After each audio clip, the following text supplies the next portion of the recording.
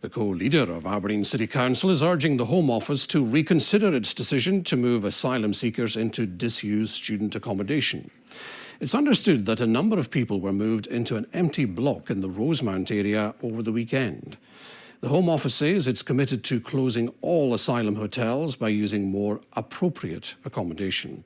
Finlay is in Aberdeen for us this evening. So Finlay, explain why the council leader is unhappy with this.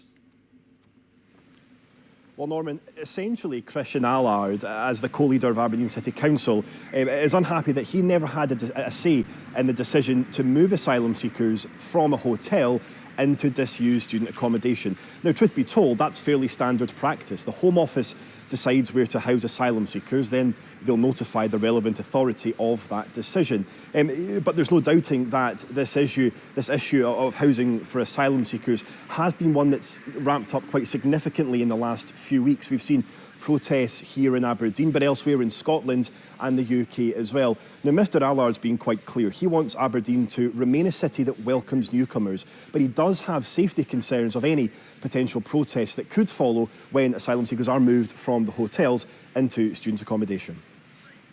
Yeah, I'm extremely concerned about it. Why I'm concerned? Because the community at large are concerned.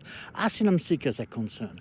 There's a big matter of safety. We've seen some protests happening the last few weeks. And I have to say that not only asylum seekers feel at risk of this protest, but also residents feel this.